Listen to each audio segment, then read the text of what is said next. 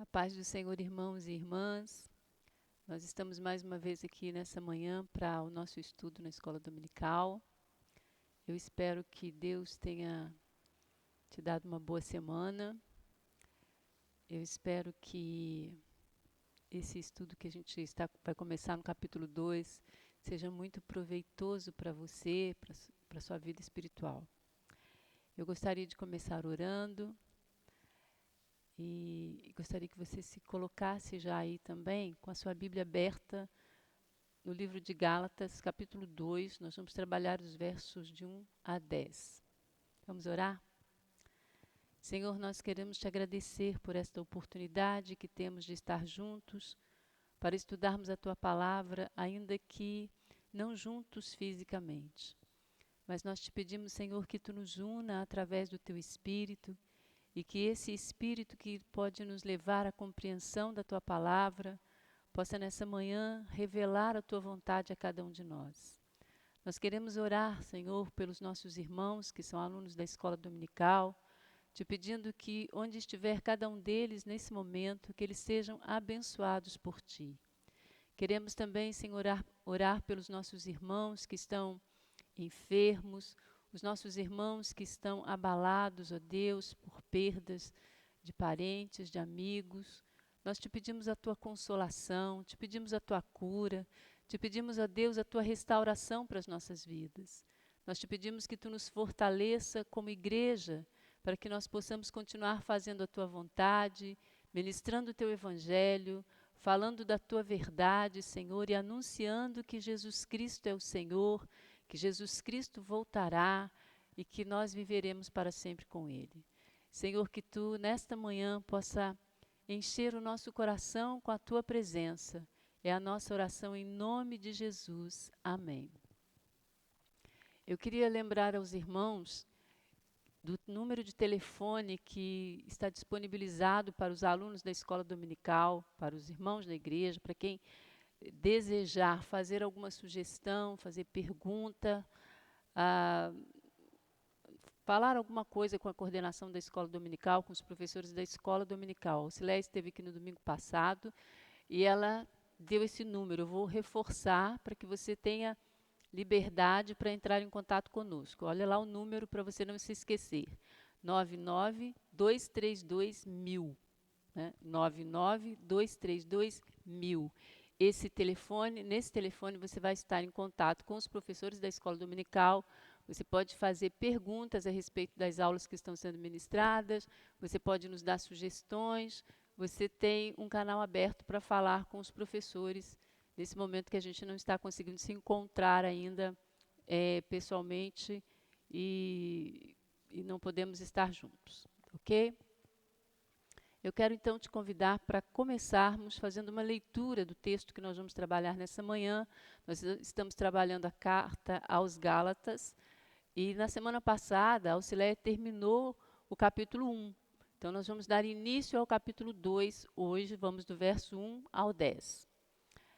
14 anos depois, fui outra vez a Jerusalém com Barnabé, levando também Tito. Fui em obediência a uma revelação. E lhes apresentei o evangelho que prego entre os gentios, mas fiz isso em particular aos que pareciam de maior influência, para não correr ou ter corrido em vão. Mas nem mesmo Tito, que estava comigo, sendo grego, foi obrigado a submeter-se à circuncisão. E isto surgiu por causa dos falsos irmãos que se haviam infiltrado para espreitar a liberdade que temos em Cristo Jesus e nos reduzir à escravidão. A esses não nos submetemos por um instante sequer, para que a verdade do Evangelho permanecesse entre vocês. E quanto àqueles que pareciam ser alguma coisa, o que eles foram no passado não me interessa, Deus não aceita a aparência do homem. Esses, digo, que pareciam ser de maior influência, nada me acrescentaram. Pelo contrário, quando viram que me havia sido confiado o evangelho da circuncisão, assim como a Pedro foi confiado o evangelho da circuncisão, pois aquele que operou eficazmente em Pedro para o apostolado da circuncisão, também operou eficazmente em mim para com os gentios. E quando reconheceram a graça que me foi dada, Tiago, Cefas e João, que eram reputados colunas, estenderam a mim e a Barnabé a mão direita da comunhão, a fim de que nós fôssemos para os gentios e eles fossem para a circuncisão. Somente recomendaram que nos lembrássemos dos pobres, o que também me esforcei por fazer. Nós vimos na semana passada, no capítulo 1, a Auxilia terminou o capítulo 1, nos lembrando que havia uma questão nas igrejas da Galácia, que era o acréscimo que os judaizantes queriam fazer ao evangelho que Paulo pregava. Então, o grande problema que Paulo está enfrentando ali é o questionamento quanto à sua mensagem e o questionamento quanto à sua condição de apóstolo. E a gente começa esse capítulo 2 com Paulo fazendo um relato, com o apóstolo Paulo fazendo um relato da sua viagem a Jerusalém, né, a respeito para conversar com os apóstolos que estavam em Jerusalém, que eram reputados como colunas da igreja. Por que Paulo faz isso? O que leva o apóstolo Paulo a se deslocar, a interromper o seu trabalho missionário, que era um trabalho missionário que estava dando muito certo, né? Na nossa linguagem hoje a gente poderia dizer que o trabalho missionário do apóstolo Paulo estava bombando e de repente ele para isso para ir conversar com a liderança da igreja em Jerusalém. A gente pode começar fazendo algumas perguntas, alguns questionamentos para a gente refletir nessa manhã. Qual seria a maneira mais eficiente de frear a pregação do Evangelho? No momento em que ele estava numa expansão grande, em que as pessoas estavam ouvindo a mensagem de Jesus Cristo, estavam se juntando aos apóstolos e formando a igreja, uma igreja ativa, uma igreja animada, uma igreja dinâmica. O que poderia parar essa pregação do Evangelho? Perseguição? Talvez, né? Confundir a mensagem bíblica com mensagens parecidas, como, por exemplo, hoje nós temos mensagens de autoajuda que muitas vezes parecem muito com aquilo que é a mensagem do Evangelho, mas não é o Evangelho. Não é o Evangelho puro, não é o Evangelho que nós recebemos pela palavra. O que pode frear o Evangelho? O que pode nos frear como missionários de Deus neste mundo, como pessoas que têm a mensagem da salvação neste mundo? Uma outra maneira talvez seria utilizar meios de pôr em dúvida essa mensagem, talvez.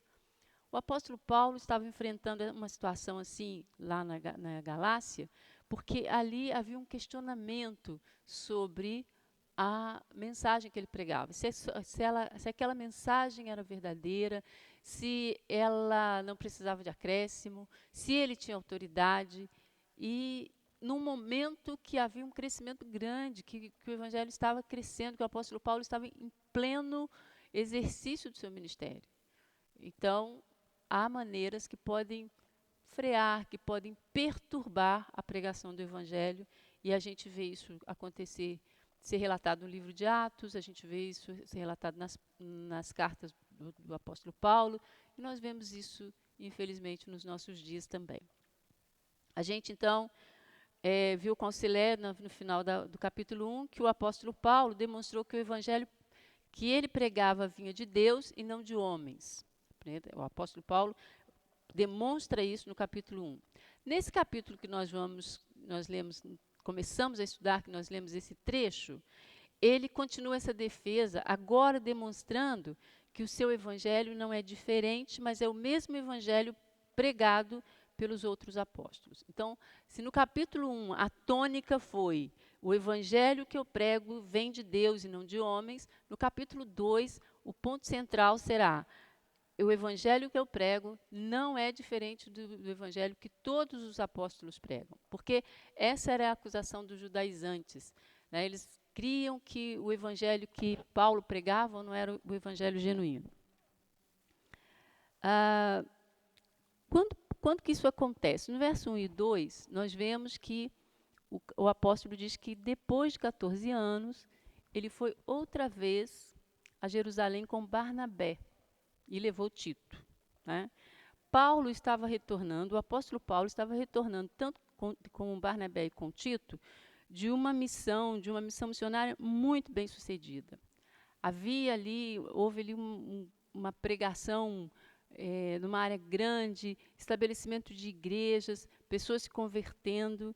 Então, Paulo está retornando dessa missão.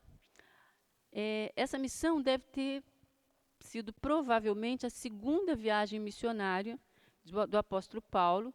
Então, eles voltam para Antioquia. Ele e Barnabé retornam para Antioquia. Quando chegam em Antioquia, eles contam sobre a conversão dos gentios, como que os gentios tinham aceitado o evangelho, como que isso tinha mudado a vida daquelas pessoas. E então isso vai provocar naqueles irmãos que são judeus convertidos, os chamados judaizantes, uma reação diferente do que o apóstolo Paulo esperava. Talvez o que o apóstolo esperasse é que aqueles irmãos também glorificassem a Deus, ficassem felizes, porque a igreja estava crescendo, porque o evangelho estava alcançando outras pessoas, mas ele então começa a encontrar resistência. Quando ele percebe essa resistência e percebe que aqueles irmãos estão perturbando a igreja, porque estão querendo acrescentar algo mais ao evangelho de Cristo, e nesse caso aqui, eles queriam acrescentar, como nós vimos lá com a Auxileia na aula passada, no capítulo 1, que eles queriam acrescentar os ritos do judaísmo.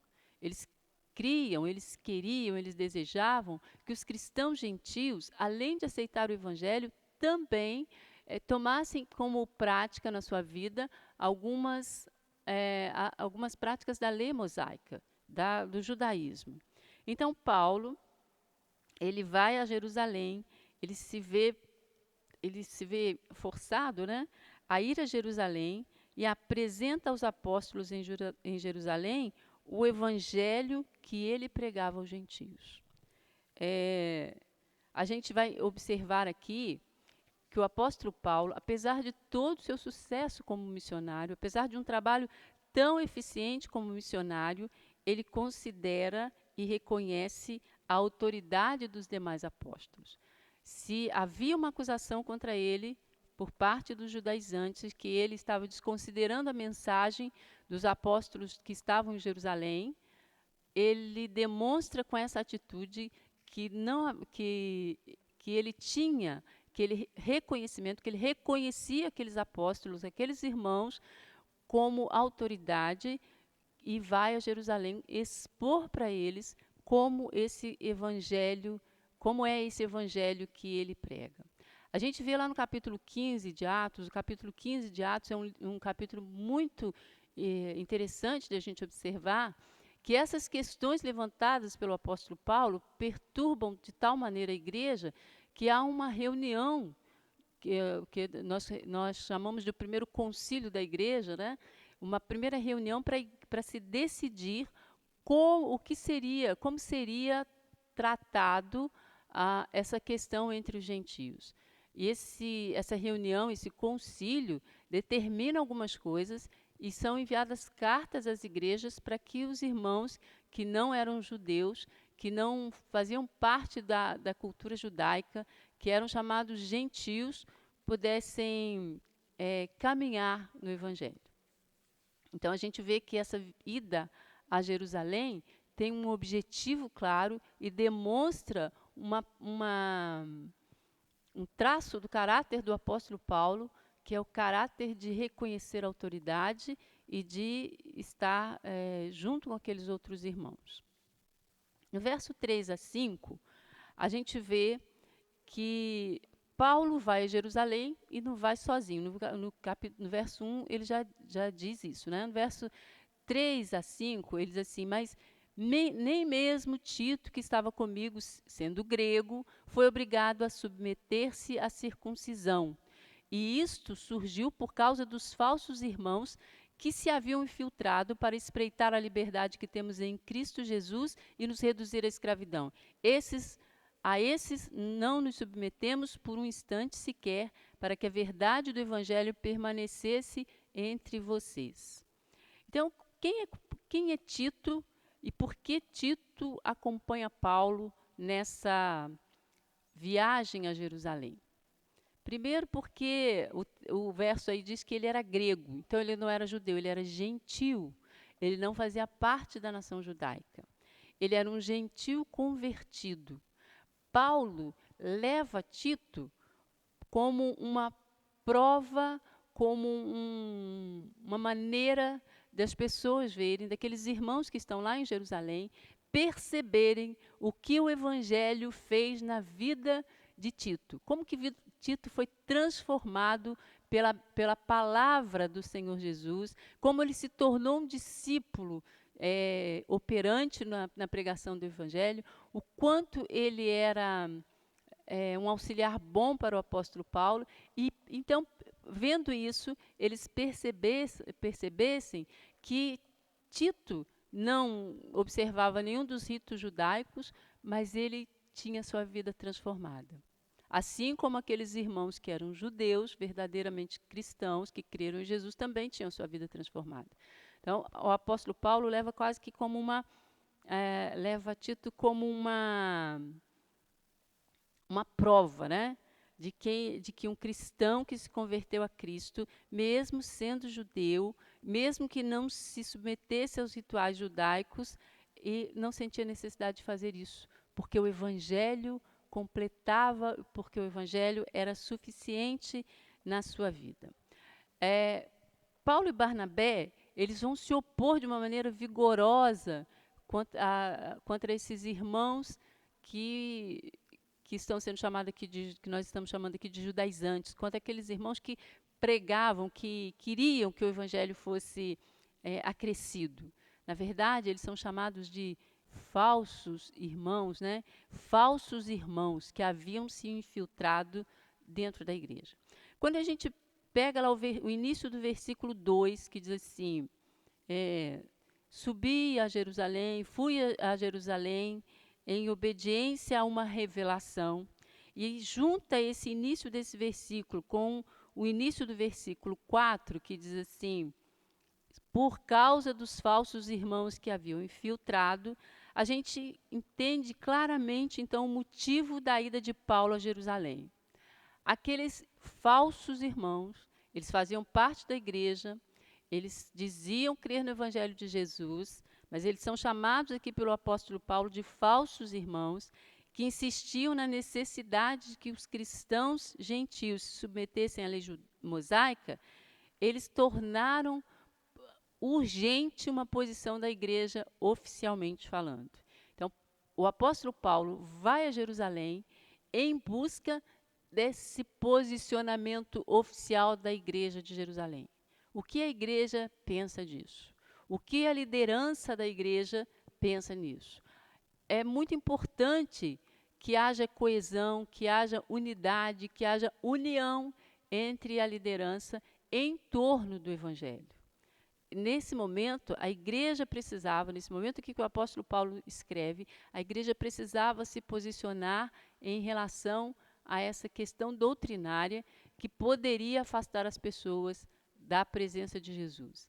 Às vezes nós pensamos que, olha, mas essa era uma questão talvez de pouca importância. Qual seria o problema de se acrescentar, de alguém assumir os rituais judaicos? A questão é que eram aqueles irmãos, que são chamados de falsos irmãos aqui, diziam que isso era necessário para a salvação. Sempre que se agrega a qualquer coisa a obra de Jesus como necessidade para a salvação, nós estamos diante de um evangelho que é, no mínimo, perigoso, é falso e precisa ser analisado. A obra de salvação, ela foi feita por Jesus. O nosso resgate do pecado foi feito por Jesus na cruz e não há nada mais a se acrescentar nisso. Jesus disse na cruz, tudo está consumado, tudo está feito. Então, não há nada que eu, ou você, ou qualquer outra pessoa possa fazer para melhorar, para acrescentar nessa obra redentora de Jesus. Então, o apóstolo Paulo procura a liderança para que se pronuncie a respeito desse posicionamento. A questão aqui que o apóstolo Paulo quer é que aqueles líderes dissessem para ele o que eles pensavam e como a igreja se posicionaria em relação a essa necessidade, entre aspas, colocada pelos judaizantes de que era preciso circuncidar-se. Né? A circuncisão era o sinal da entrada na nação e na religião judaica. Ela tinha um significado imenso para os judeus, mas não tinha significado para os gentios, a não ser que ele quisesse se tornar um judeu. Do verso 6 ao verso 9, a gente vai ver que o apóstolo diz aí que ele começa assim, quanto àqueles que pareciam ser alguma coisa, né? Esses que parecem ser alguma coisa é a liderança da igreja, mas o apóstolo coloca aí dizendo o seguinte, ele vai logo esclarecendo, o que eles foram no passado não interessa, Deus não aceita a aparência do homem, a esses digo que pareciam ser de maior influência, nada me acrescentaram. Então, com quem que ele vai se encontrar? Com quem são essas pessoas de maior influência, que são importantes, que ele diz que foi se encontrar? Lá adiante ele vai dizer que é Tiago, irmão de Jesus, né? O apóstolo Tiago, esse Tiago mencionado aqui, é o Tiago, irmão de Jesus, que se tornou líder da igreja em Jerusalém, que se tornou aquele irmão equilibrado, que equilibrava as questões ali nas discussões da igreja. Pedro, que nós já conhecemos, né, de longa data, nós falamos muito sobre Pedro. Pedro, aquele homem forte, impulsivo, transformado pelo Evangelho, cheio do Espírito Santo, mas que ainda tem um caráter muito impulsivo, muito forte, e João. Esses eram reconhecidos como líderes da igreja, os apóstolos que estavam liderando a igreja, que eram chamados de colunas da igreja. Esses judaizantes como diz o apóstolo Paulo, se intrometeram no meio da igreja para espreitar a liberdade que a igreja tem em Cristo Jesus, eles olhavam para esses apóstolos de uma maneira diferente. Eles conferiam a eles um status exclusivo, como alguém muito importante que deve ser ouvido, e quando faz isso, coloca o apóstolo Paulo e os outros servos de Deus um pouco abaixo. É uma espécie assim de idolatria, vamos dizer assim, para aquele trio que eram as colunas da igreja. A gente lendo o texto, do verso de 6 a 9 aí, quando a gente lê, ele diz que eles nada acrescentaram a Paulo. Quer dizer, eles não disseram para Paulo assim, olha, você tem que fazer isso, você tem que pregar o evangelho, mas tem que acrescentar isso, tem que colocar mais essa doutrina.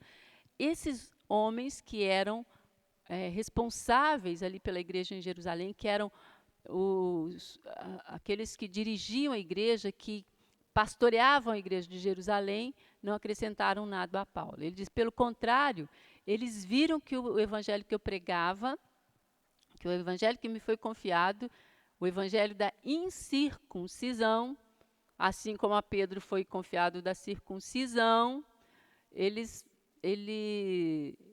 viram que esse evangelho tinha operado em mim eficazmente para com os gentios. Então, Paulo entende que aqueles homens são liderança, entende que eles realmente são pessoas que devem ser consideradas, mas não se deixa intimidar por essa posição. Ele não pensa assim, então eu tenho que fazer do jeito que eles estão pensando. Ele vai expor a maneira como ele prega, o evangelho que ele prega, para que aqueles irmãos possam dizer para ele o que deveria fazer. E o que ele diz é o seguinte, eles não me acrescentaram nada. Eles reconhecem que o evangelho que eu prego, que eu recebi para ministrar aos gentios, e a gente precisa lembrar que Paulo, ele tem um chamado específico para pregar aos gentios, não significa que ele não pregava aos judeus.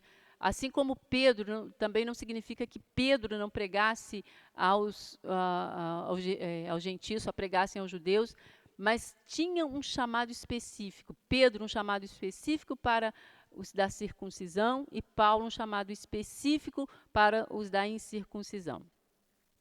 O John Stott diz o seguinte: as palavras de Paulo não são uma negação da autoridade apostólica de Pedro, Tiago e João, nem uma indicação de desrespeito. Essa palavra que a gente está vendo aí no versículo 6, que ele diz assim, não me interessa o que eles foram no passado, aqueles que pareciam ser alguma coisa, digo que pareciam ser de maior influência.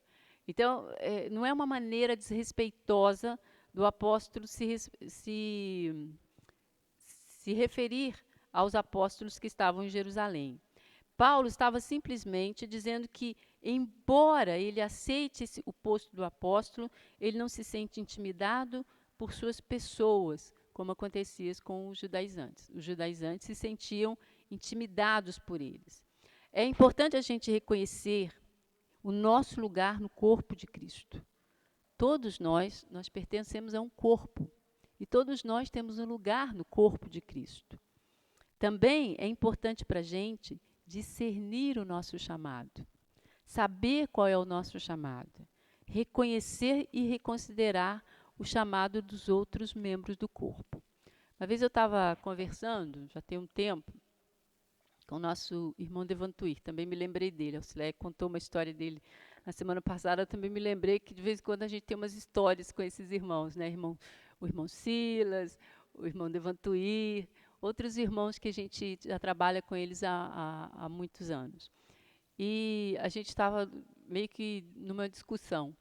Ele dizia assim para mim, você tem que sair daqui, você tem que ir nas congregações, e tem que fazer isso. Aí eu fiquei olhando para ele, falei, mas eu sou professor da escola dominical, o meu negócio é ficar aqui, eu gosto de ministrar aqui. Ele, não, porque você tem que ir, porque o irmão Devantuir tem uma fleuma missionária, ele tem uma paixão missionária, ele gosta de implantar trabalhos novos, ele gosta de começar trabalhos, ele gosta de acompanhar o trabalho que está crescendo. Ele tem um chamado missionário, eu reconheço isso nele. E ele dizia assim para mim, você tem que ir. Eu falei, mas o meu chamado é outro. Eu sou professor de escola dominical. Você faz o seguinte, você vai lá, você prega, você traz as pessoas para Jesus, você ganha as pessoas para Jesus, e eu me comprometo em ensiná-las, em caminhar com elas, para que elas continuem crescendo no Evangelho. Não significa que eu também não possa ter um trabalho missionário, que eu não possa pregar o Evangelho para alguém que não crê em Jesus, mas significa que eu tenho um chamado específico para ensinar, enquanto o irmão Devantuir tem um chamado específico para a evangelização e ação missionária, né? De sair, de pregar o Evangelho, de estar levando pessoas a Cristo, fundando trabalhos, começando igrejas, implantando congregações. Todos nós temos um lugar nesse corpo e todos nós temos um chamado específico nesse corpo. Nós precisamos cuidar do nosso chamado, respeitar o chamado do outro e trabalhar juntos, porque nós pertencemos ao mesmo corpo, o corpo de Cristo, e trabalhamos pela mesma causa, que é a causa de Cristo. O apóstolo Paulo tinha esse entendimento claro, então ele podia trabalhar perfeitamente com os apóstolos que estavam em Jerusalém. No versículo 9 e 10, nós temos aí uma recomendação e um reconhecimento. Assim como o apóstolo Paulo reconhece que os irmãos que estavam lá, os apóstolos que estavam em Jerusalém, eram autoridade, deveriam ser consultados, eles deveriam ouvir, eles deveriam decidir juntos o que fazer a respeito daquela questão. A gente vê também que há um reconhecimento por parte dos apóstolos que estavam em Jerusalém.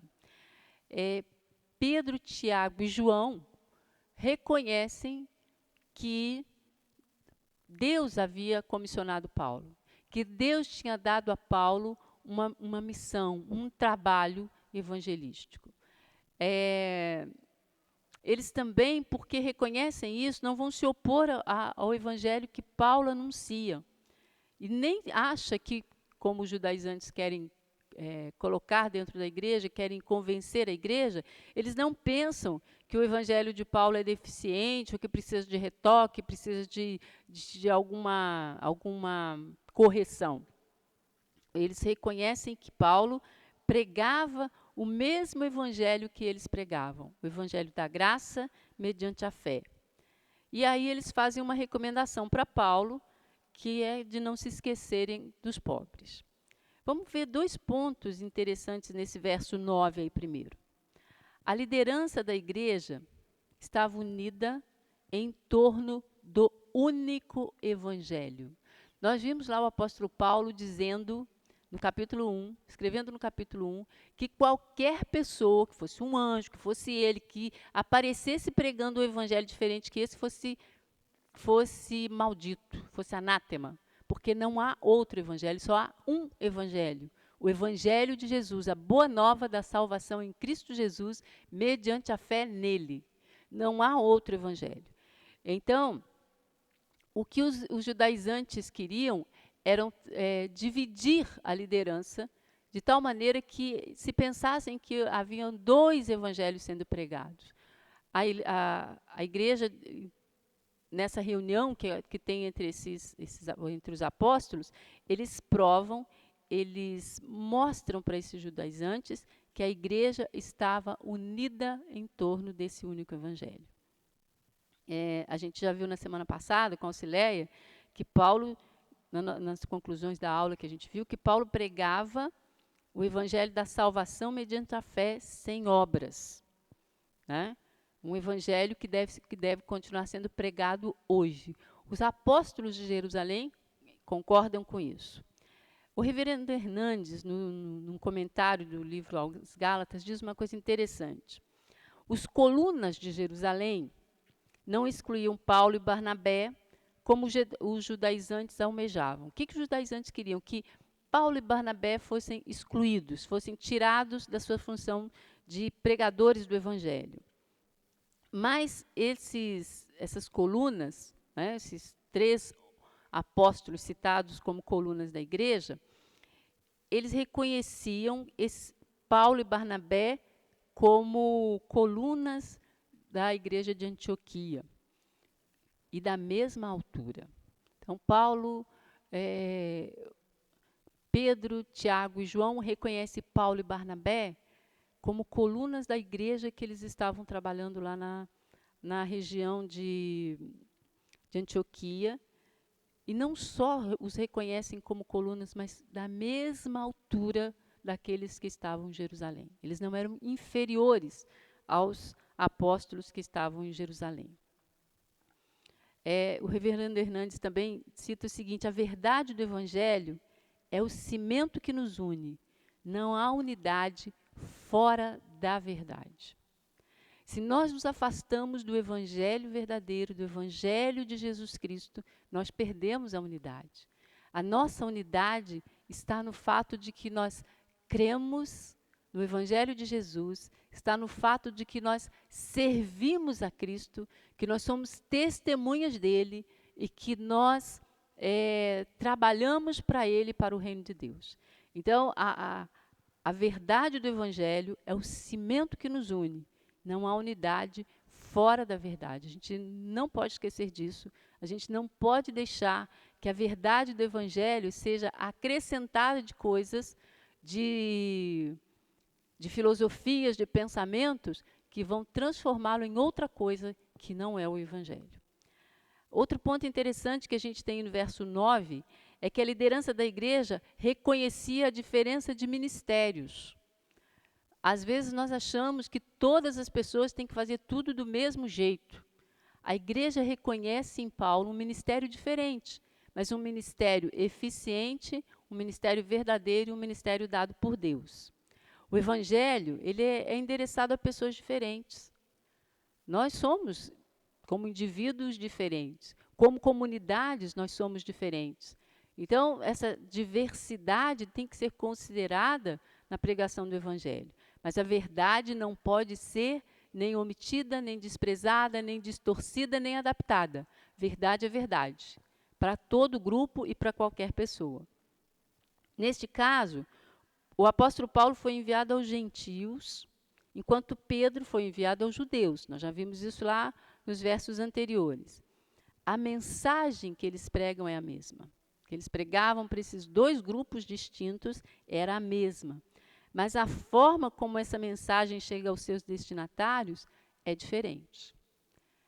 A forma pode ser diferente, mas a mensagem não pode ser alterada.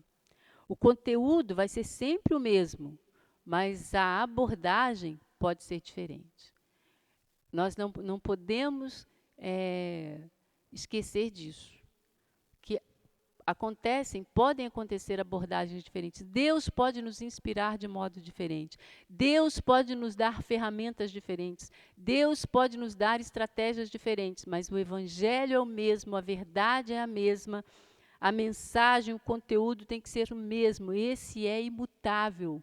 Esse não pode ser alterado, não pode ser acrescido. No verso 10, o apóstolo apresenta um aspecto prático do evangelho. Ele recebe uma recomendação dos apóstolos que estão lá em Jerusalém, né? Ele diz, depois que eles dão a destra da comunhão, e a destra da comunhão significa nós estamos de acordo com o que você está fazendo, nós estamos de acordo com o trabalho que você e Barnabé estão desenvolvendo, nós reconhecemos que Deus te enviou para os gentios, nós reconhecemos a transformação que o Evangelho tem feito na vida dessas pessoas. Depois disso, eles dão, então, ao apóstolo Paulo uma recomendação. Eles dizem que, o verso 10 diz assim, somente recomendaram que nos lembrássemos dos pobres, o que também me esforcei por fazer. O aspecto prático que o apóstolo apresenta aí é o auxílio aos pobres.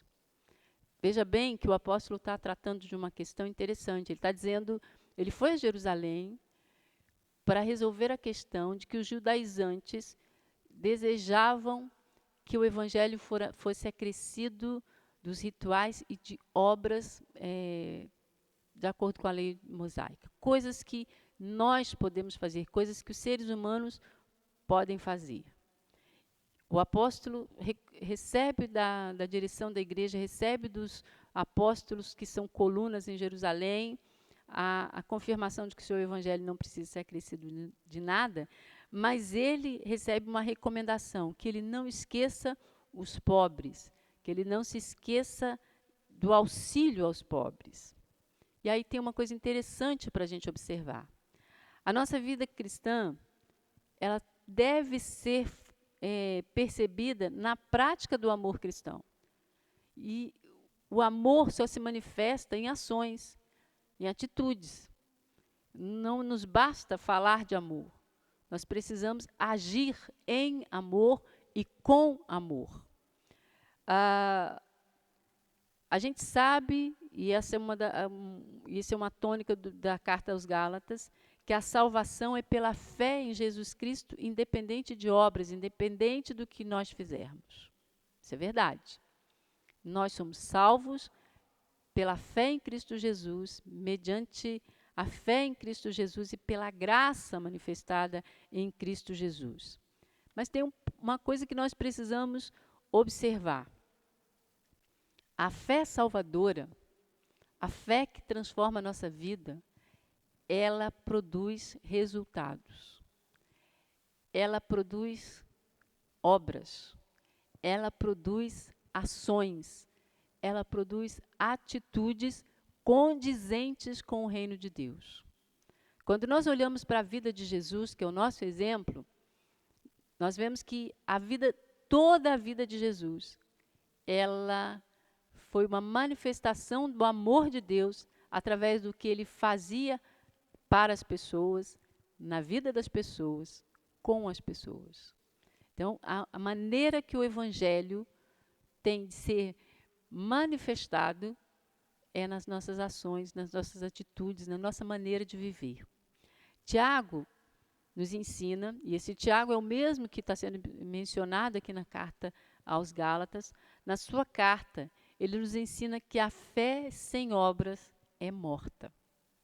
Fé que não produz, fé que não atinge as outras pessoas de maneira positiva, é uma fé morta.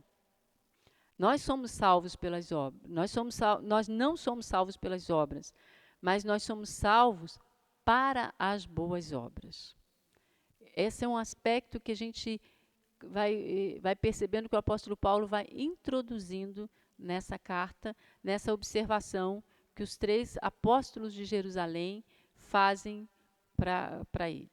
Então, nesses 10 versos do capítulo 2, a gente vê a introdução do apóstolo Paulo, como ele começa a resolver a questão que os judaizantes colocam na igreja da Galácia. Como ele vai resolver isso? Ele procura a liderança da igreja, ele apresenta uma pessoa transformada pelo poder do evangelho pregado por ele recebe dessa liderança a aprovação e ele recebe dessa liderança uma recomendação, né? O que a gente pode tirar de lição até aqui, até esse verso 10, onde nós vamos parar? A primeira coisa que a gente vai ter como lição aqui, reforçando o que nós já vimos no capítulo 1, é que há um único evangelho, a fé apostólica, um corpo reconhecível de doutrinas ensinadas pelos apóstolos de Cristo e preservadas para nós no Novo Testamento. Então, nós, os cristãos do século XXI, os cristãos que virão depois de nós, se Jesus não voltar, não temos que acrescentar nada a esse evangelho. Ele é único, ele é baseado nessa herança apostólica. Aqui nós estamos falando da herança apostólica, nos referindo aos apóstolos de Jesus, aqueles que foram chamados por Jesus, que viveram com Jesus, que andaram com Jesus ou que tiveram uma experiência marcante com Jesus, como foi o caso do apóstolo Paulo, e que pregaram aquilo que aprenderam diretamente com Jesus. Esse ensino que eles aprenderam se torna um corpo reconhecível de doutrinas, que está expressa na palavra de Deus, na Bíblia. Está expressa nos evangelhos, nas cartas que nós temos aqui, no Apocalipse. São as doutrinas dos apóstolos e que são preservadas para nós. É nessa doutrina, é nesse corpo de doutrina que nós nos fundamentamos a nossa vida. Então, esse é o único evangelho que tem. Como esse evangelho não mudou com o passar do tempo, né? Desde que Jesus estabeleceu a sua igreja, o evangelho ele não mudou. Este, então, é o único que a gente pode transmitir hoje. Assim como os judaizantes queriam acrescentar coisas ao evangelho de Cristo, se nós hoje quisermos acrescentar coisas a esse evangelho, nós vamos transformá-lo em outra coisa que não é o evangelho. Nós precisamos observar isso na nossa vida, precisamos observar isso no que nós aprendemos e precisamos estar sempre firmados neste evangelho revelado a nós no Novo Testamento. Nós vamos parar aqui e na próxima semana nós vamos fechar esse capítulo 2, que vai relatar uma situação um pouco complicada entre o apóstolo Pedro e o apóstolo Paulo.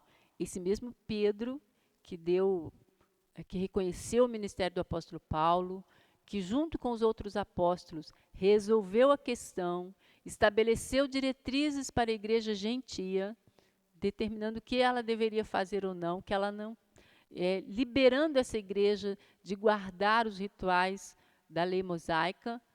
Mas a gente vai ver que a partir do verso 11, vai aparecer um problema entre os dois que precisam ser resolvidos.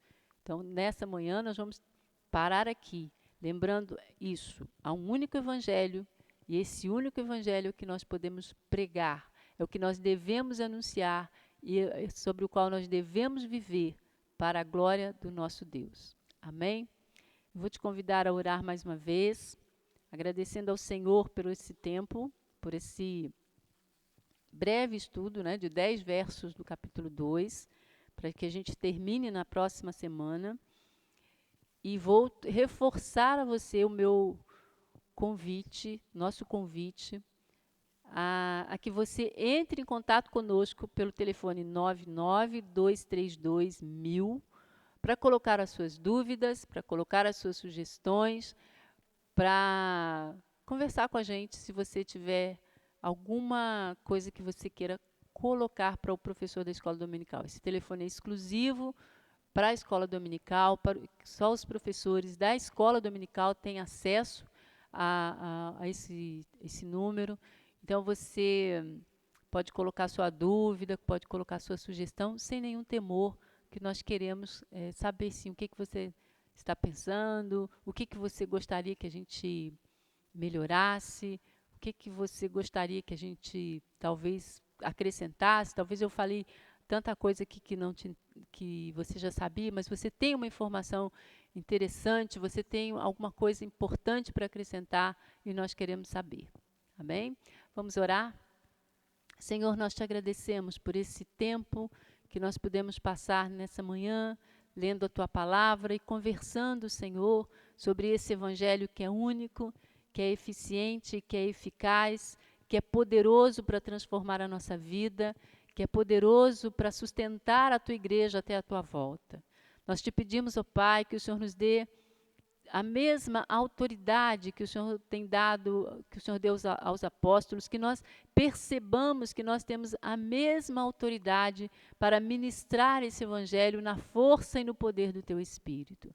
Nós queremos, ó Deus, te pedir a tua bênção, mais uma vez, sobre o teu povo, sobre a tua igreja espalhada na terra, mas e especialmente sobre a Igreja Metodista no Retiro. Senhor, nós te pedimos a tua consolação, nós te pedimos a tua graça, nós te pedimos a tua cura, Senhor, para os nossos irmãos que estão enfrentando enfermidades. Mais uma vez, nós te pedimos isso. Nós te pedimos, Senhor Deus, que o Senhor nos prepare para o retorno dos cultos presenciais, que o Senhor nos encha de ânimo, que o Senhor nos dê vontade, Senhor Deus, de nos envolvermos mais com a pregação do teu evangelho. Nós esperamos a tua volta, Senhor, nós ansiamos pela tua volta, mas nós queremos, Senhor Deus, que esse evangelho da paz, que esse evangelho que transforma a vida, que muda, Senhor, o destino de cada pessoa, ele possa alcançar muitas outras pessoas através da nossa vida, através do nosso trabalho, através daquilo que o Senhor tem colocado nas nossas mãos para fazer. Fortalece a tua igreja, Senhor, e prepara-nos, ó Deus, para estarmos prontos para a tua volta e para o teu chamado. Nós te oramos, Senhor, com os nossos corações gratos, em nome de Jesus. Amém.